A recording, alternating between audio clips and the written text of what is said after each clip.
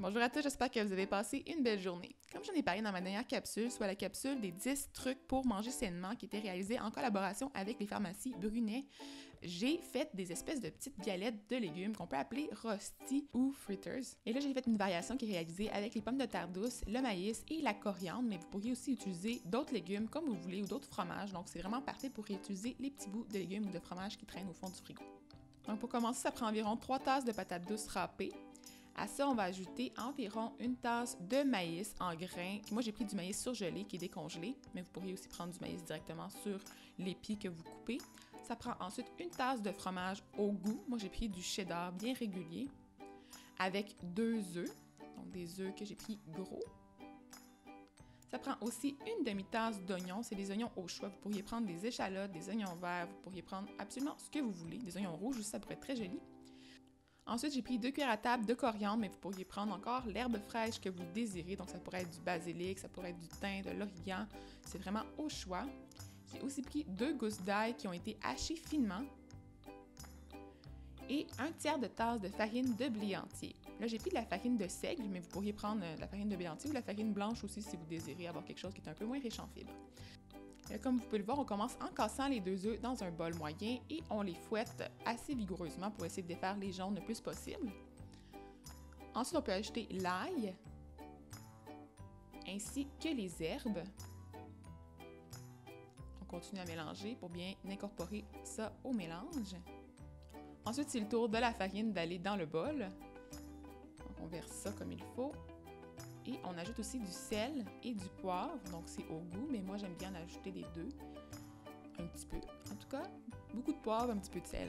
C'est plus ça mon style. Donc le sel est vraiment important quand même pour relever les saveurs, mais c'est quand même important de ne pas en mettre une trop grosse quantité pour exagérer et avoir des effets néfastes sur la santé.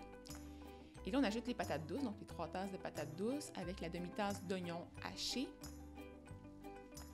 ainsi que notre tasse de maïs.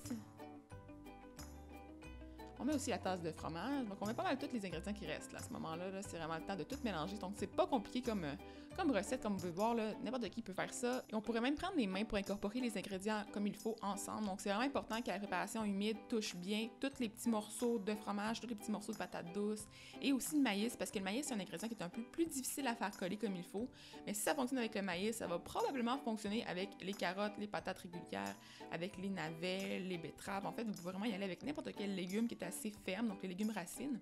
Et là, on va former 12 galettes égales en prenant une petite boule de pâte qu'on met sur une plaque parcheminée et on aplatit avec le dos d'une tasse à mesurer. Pas besoin de se casser la tête à ce moment-là. Quand c'est terminé, on met les galettes au four à 350 pendant environ 25 minutes et pendant ce temps-là, on a le temps de faire une petite trempette. Donc, on prend du fromage à la crème, donc 2 cuillères à table de fromage à la crème avec 1/4 de tasse de yogourt grec nature. On mélange ça dans un petit bol. Donc, c'est une espèce de petite trempette que j'aime bien, mais c'est pas nécessaire non plus. Là, on peut prendre des petits piments forts, des petits jalapenos. Moi, j'avais des piments du Québec qui étaient super beaux, là, assez original. C'est rare que j'en achète, mais j'avais ça. Et j'ai aussi repris de la coriandre fraîche. Je vais vous mettre les quantités là, sur ma page web. On va avoir le lien dans la barre d'infos. J'ai aussi pris du zeste de lime, ainsi que le jus d'une lime. J'ai aussi pris un petit peu de poudre de chili, donc une demi-cuillère à thé de poudre de chili.